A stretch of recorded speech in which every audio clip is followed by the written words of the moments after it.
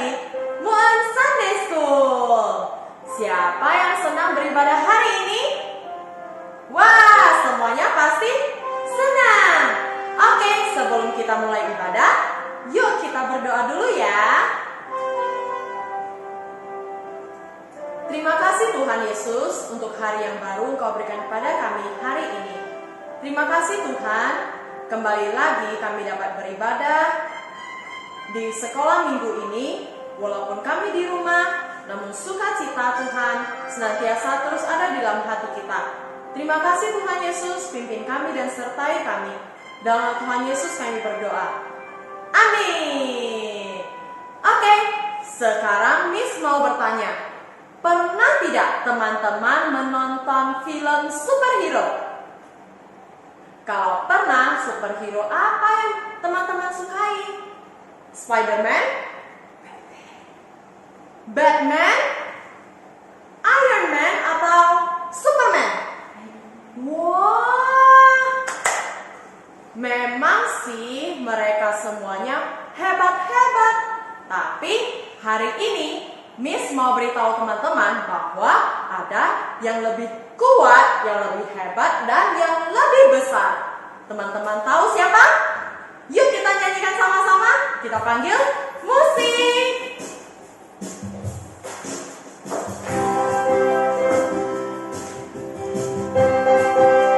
Kita buat gerakannya sama-sama ya. Kita mulai sama-sama. Kuat-kuat yang terkuat, hebat-hebat yang terhebat, besar-besar dan terbesar, itulah Tuhan Yesus. Sekali lagi, kuat-kuat yang terkuat, hebat-hebat yang terhebat, besar-besar yang terbesar, itulah Tuhan Yesus.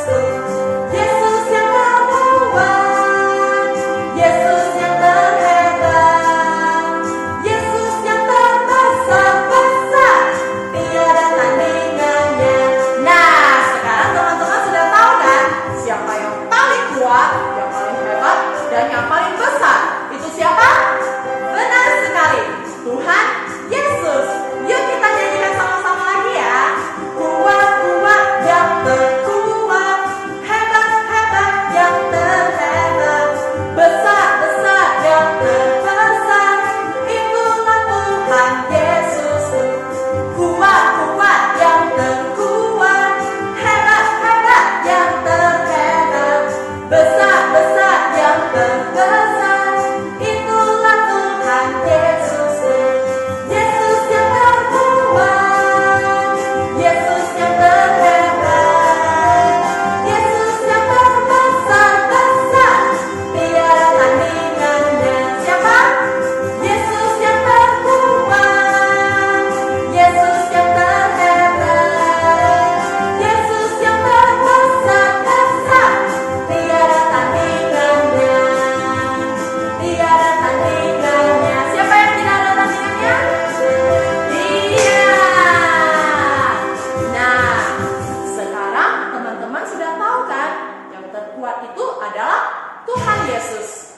Nah, karena kita tahu yang paling hebat, yang paling kuat adalah Tuhan Yesus, di dalam hidup kita, kita harus selalu berjalan bersama-sama dengan Tuhan Yesus.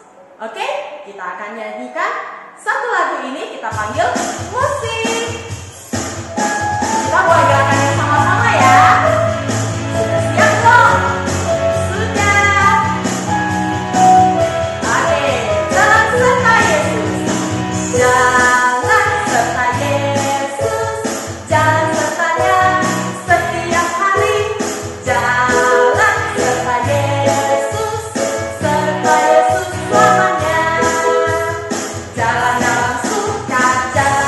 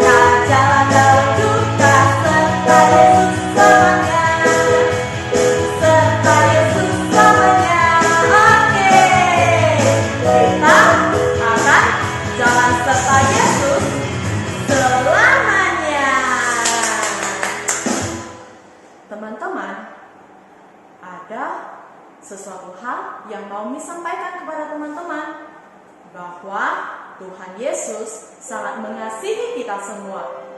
Walaupun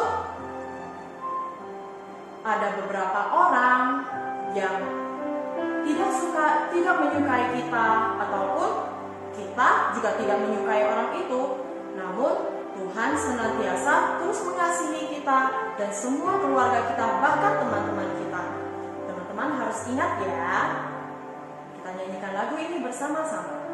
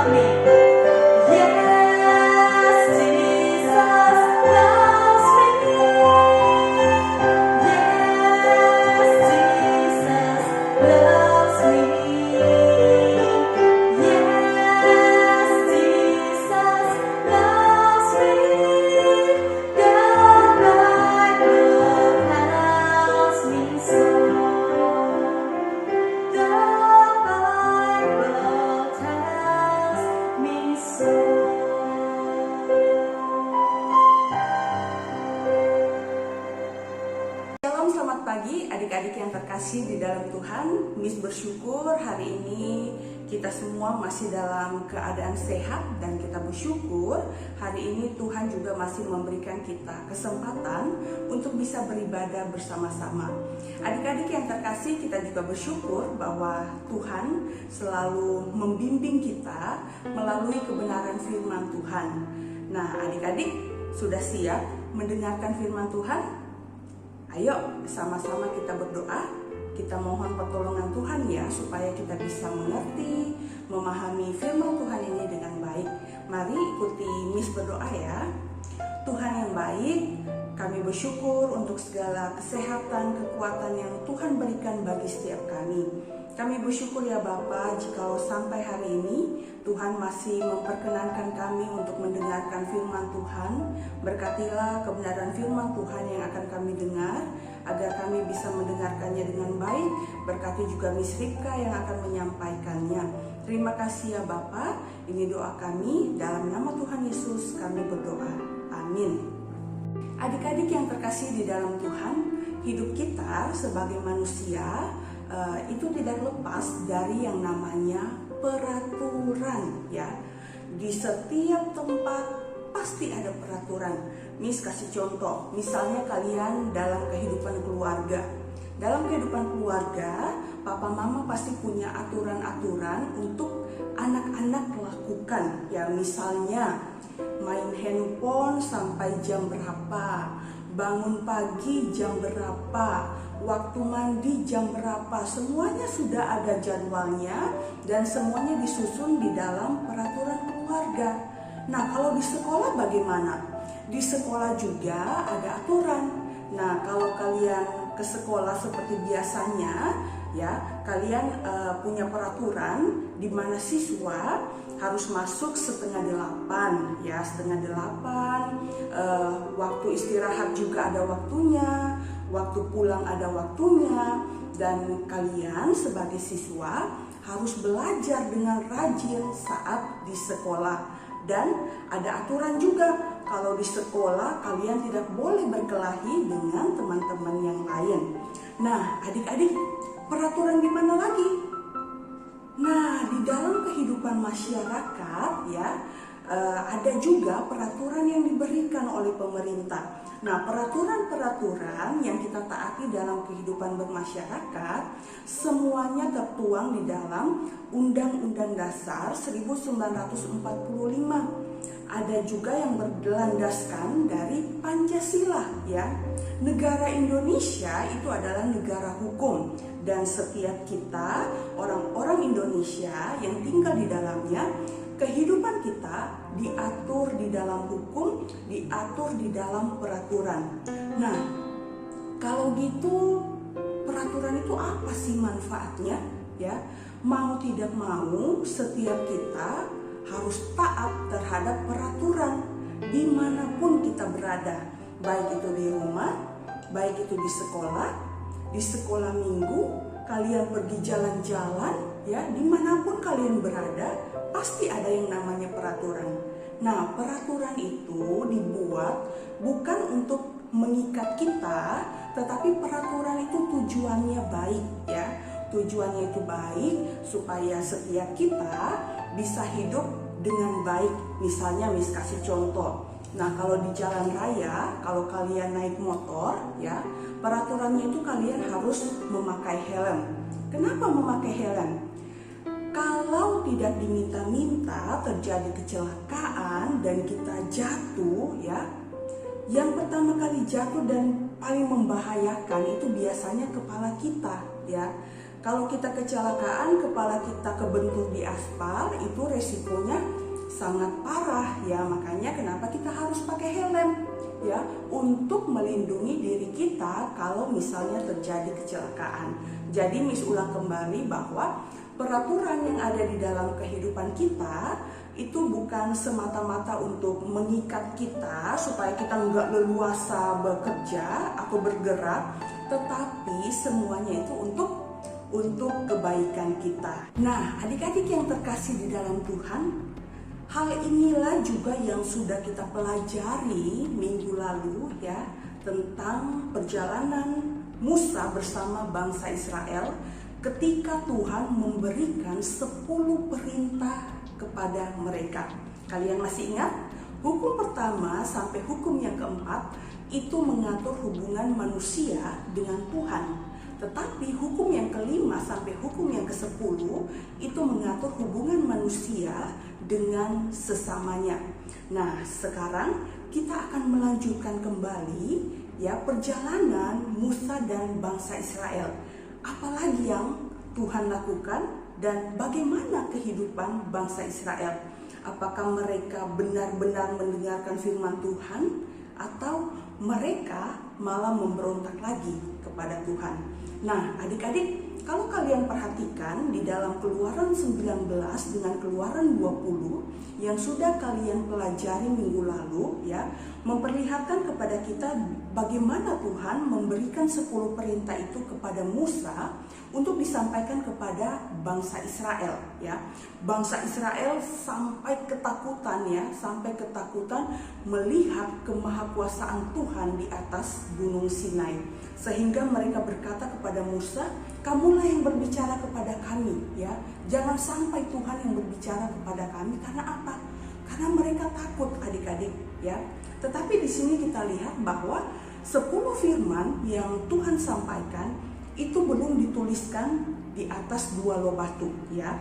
Nanti ketika Musa naik kembali itu baru dituliskan di dalam 2 loh batu. Nah, ini kalian bisa lihat di dalam Keluaran 24 ayat 12 sampai 18 di mana Tuhan memanggil Musa untuk naik kembali ke atas Gunung Sinai ya. Musa tidak sendiri, tetapi kali ini dia bersama dengan Yosua yang adalah abdi dia.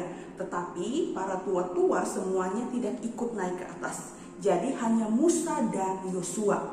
Dan kalau kalian lihat di dalam ayat yang ke-18 dikatakan di sana bahwa masuklah Musa ke tengah-tengah awan itu dengan mendaki gunung itu, lalu tinggallah ia di atas gunung itu 40 hari dan 40 malam lamanya.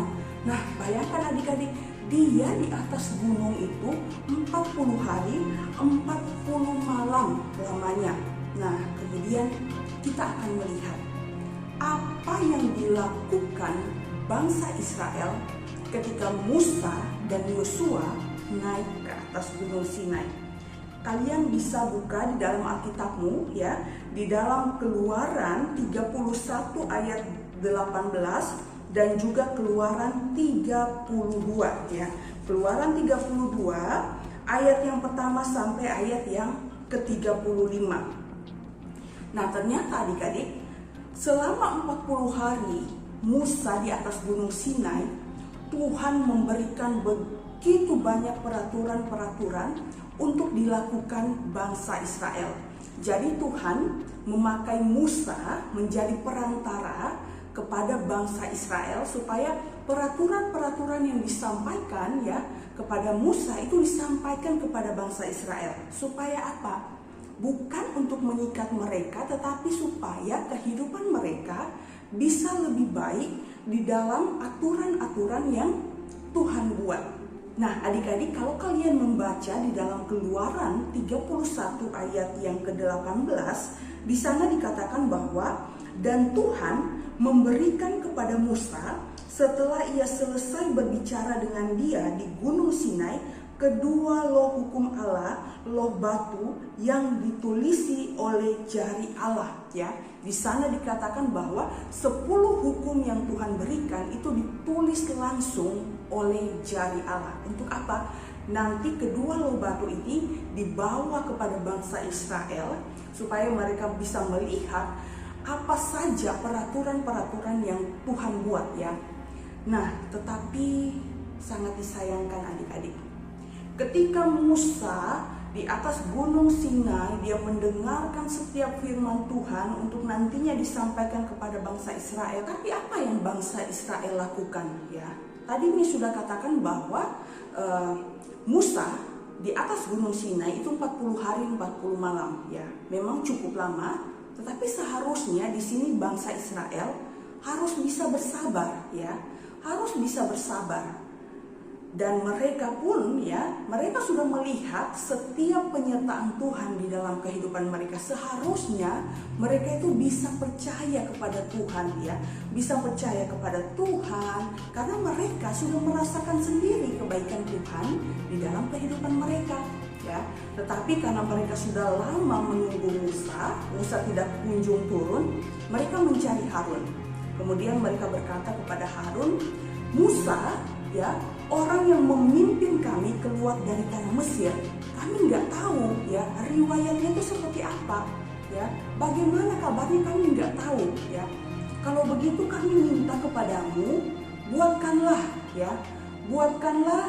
untuk kami patung untuk bisa kami sembah, Kemudian Harun tidak berpikir panjang, Harun pun tidak berpikir panjang dan tidak tegas kepada bangsa Israel bahwa mereka harus taat kepada Tuhan.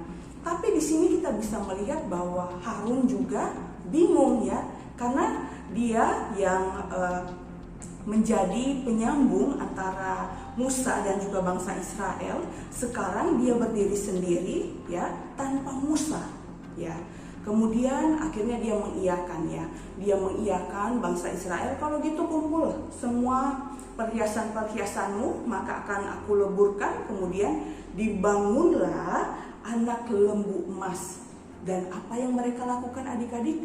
Mereka menari-nari, mereka bernyanyi bersaut-sautan, dan mereka menyembah patung lembu emas yang dibuat oleh Harun. Kemudian kita melihat bahwa apa yang dilakukan oleh bangsa Israel, Tuhan tahu, Tuhan tahu dan Tuhan begitu marah, Tuhan begitu marah dan Tuhan ingin membinasakan orang-orang Israel. Dan Tuhan sendiri mengatakan bahwa bangsa Israel adalah bangsa yang tegar tengkuk. Kalian bisa lihat di dalam Keluaran 32 ayat yang ke-9. Lagi firman Tuhan kepada Musa, telah kulihat bangsa ini dan sesungguhnya mereka adalah suatu bangsa yang tegar tengkuk. Oleh sebab itu, biarkanlah aku supaya murkaku bangkit terhadap mereka dan aku akan membinasakan mereka.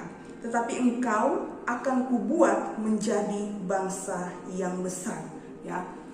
Tuhan begitu marah kepada bangsa Israel, Tuhan begitu marah terhadap bangsa Israel dan dia akan membinasakan bangsa Israel karena mereka tidak mau taat. Tetapi apa yang dilakukan Musa adik-adik? Musa sebagai pemimpin bangsa Israel, dia berbicara kepada Tuhan supaya Tuhan tidak membinasakan bangsa Israel.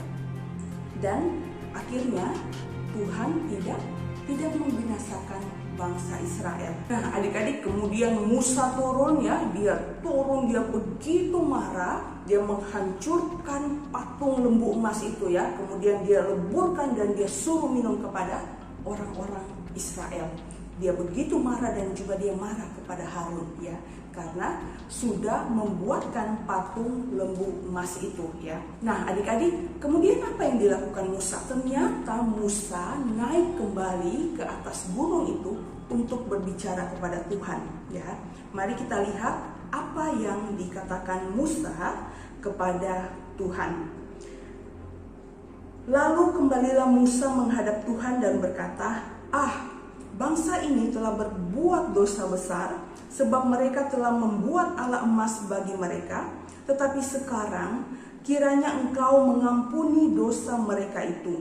Dan jika tidak, hapuskanlah kiranya namaku dari dalam kitab yang telah kau tulis. Tetapi Tuhan berfirman kepada Musa, siapa yang berdosa kepadaku, nama orang itulah yang akan kuhapuskan dari dalam kitabku. Tetapi pergilah sekarang, tuntunlah bangsa itu ke tempat yang telah kusebutkan kepadamu. Akan berjalan malaikatku di depanmu, tetapi pada hari pembalasanku itu, aku akan membalaskan dosa mereka kepada mereka. Demikianlah Tuhan menulahi bangsa itu, karena mereka telah menyuruh membuat anak lembu buatan Harun itu. Nah adik-adik, dari sini kita bisa melihat bahwa hukuman Tuhan itu sangat jelas ya. Kalau bangsa Israel bisa taat, maka Tuhan akan memberikan mereka berkat, Tuhan memberikan mereka keamanan, Tuhan akan memberikan mereka perlindungan. Tetapi kalau mereka misalnya memberontak ya, maka mereka pun akan mendapatkan hukuman. Dan hukuman yang Tuhan berikan di sini bahwa pada hari pembalasan Tuhan nanti, maka orang-orang itu yang akan menanggung setiap dosa-dosa yang mereka lakukan. Nah, adik-adik, berbicara soal peraturan yang sudah kita bahas tadi di depannya, memang banyak sekali peraturan-peraturan di dalam kehidupan kita. Selain kita harus taat terhadap peraturan-peraturan itu, namun di atas semua peraturan yang ada di dalam hidup kita, peraturan yang paling utama dan yang harus selalu kita ingat adalah mengasihi Tuhan. Itu yang Tuhan mau. Jadi ketika kamu sudah mengasihi Tuhan, maka kehidupanmu juga akan mengikuti dan kamu tahu apa yang harus kamu lakukan untuk Tuhan, ya. Jadi ketika kamu mengasihi Tuhan, ya, berarti seluruh hidup kamu akan berusaha untuk menyenangkan hati Tuhan, ya. Kita banyak belajar sebenarnya dari kehidupan bangsa Israel, ya. Kita belajar hal yang paling utama adalah pengampunan Allah, ya. Berapa banyak dosa, berapa banyak pelanggaran yang dilakukan oleh bangsa Israel, tapi ketika mereka datang kepada Tuhan, mereka bertobat kepada Tuhan, maka Tuhan Maha Kasih dan mau mengampuni mereka. Nah, Tuhan yang kita sembah, Tuhan yang kita percaya, yang adalah Allah yang sama, ya, juga membuka pintu pengampunan buat setiap kita, orang-orang yang berdosa, ya. Jadi ini ulang kembali bahwa Tuhan memberikan aturan-aturan, Tuhan memberikan perintah-perintah, bukan sekali lagi hanya mengikat kamu, ya, tetapi peraturan-peraturan yang dibuat oleh Tuhan, ya, itu tujuannya supaya kehidupan kamu bisa lebih baik, ya, bisa lebih baik, dan Tuhan mau kamu menjadi orang-orang yang bisa berdampak baik bagi orang-orang yang ada di sekitar kamu, ya. Jadi jangan kita hanya menonjolkan Allah yang Maha Kasih, tetapi kita melupakan keadilan Tuhan, ya. Tuhan memang Maha Kasih, mengampuni kita setiap saat kalau kita datang bertobat. Tapi kamu harus ingat juga bahwa, ya, hukum Tuhan itu jelas. Ketika kamu tidak taat dan kamu tidak mau bertobat, maka Tuhan juga akan memberikan kamu hukuman, ya. Jadi mulai sekarang, mari kita belajar untuk taat kepada Tuhan. Kita taat kepada Tuhan, ya. Kita menghormati Tuhan, ya.